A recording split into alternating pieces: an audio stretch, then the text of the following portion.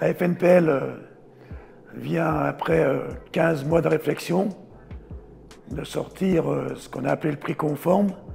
Alors conforme à la loi Egalim, conforme aux indicateurs interprofessionnels. Ce n'est pas le prix que doivent être payés les producteurs, c'est un indicateur, une base de travail pour les OP, pour les administrateurs des coopératives, mais c'est aussi et surtout un outil syndical au service de notre réseau. Parce que notre prix conforme ne fonctionnera que si tout le réseau se l'approprie. Ce n'est pas 4 élus nationaux qui feront bouger les choses, c'est l'ensemble, comme d'habitude, quand il y a une action syndicale, c'est la force de notre réseau. Donc je compte sur le réseau pour ce prix conforme.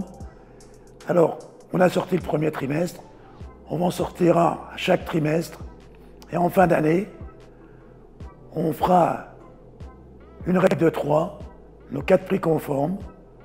On y ajoutera la pondération des volumes, parce que les volumes ne sont pas les mêmes toute l'année. On n'est pas là non plus pour empêcher les entreprises qui pourront faire de la saisonnalité ou pas. C'est pour ça qu'on est un petit peu vague. Avant, on constatait, et on disait ça ne nous va pas. Sauf que c'était passé, tout le monde était d'accord que ça ne nous allait pas, mais c'était jamais rattrapé. Alors que là, avec le prix conforme, pour la première fois, grâce à la loi Egalim, il y a un indicateur qui prend en compte le revenu du paysan. En tant que tel, c'est déjà un véritable événement. Avant, il y avait une culture qui faisait qu'on donnait aux paysans ce qui restait. Et bien aujourd'hui, on dit stop. C'est fini cette gestion un petit peu facile des entreprises. On nous donne ce qui te reste. Si on ne reste pas, tu n'en as pas. Non, on doit changer de monde. Change de paradis, comme on dit des fois. Et nous, ce qu'on veut, c'est réclamer modestement ce qu'on nous doit.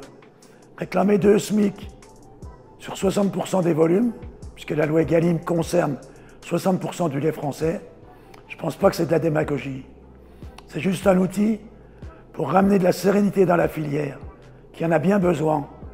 Parce qu'on a un souci aussi dans cette filière, peut-être plus que dans d'autres, c'est le renouvellement des générations. Et si on veut attirer des jeunes dans notre filière, dans les laiteries, dans les entreprises, et surtout dans les fermes, il faut une filière qui montre qu'elle est adulte, qu'elle est stabilisée, et que tout le monde puisse y retrouver un petit peu ses petits, comme on dit.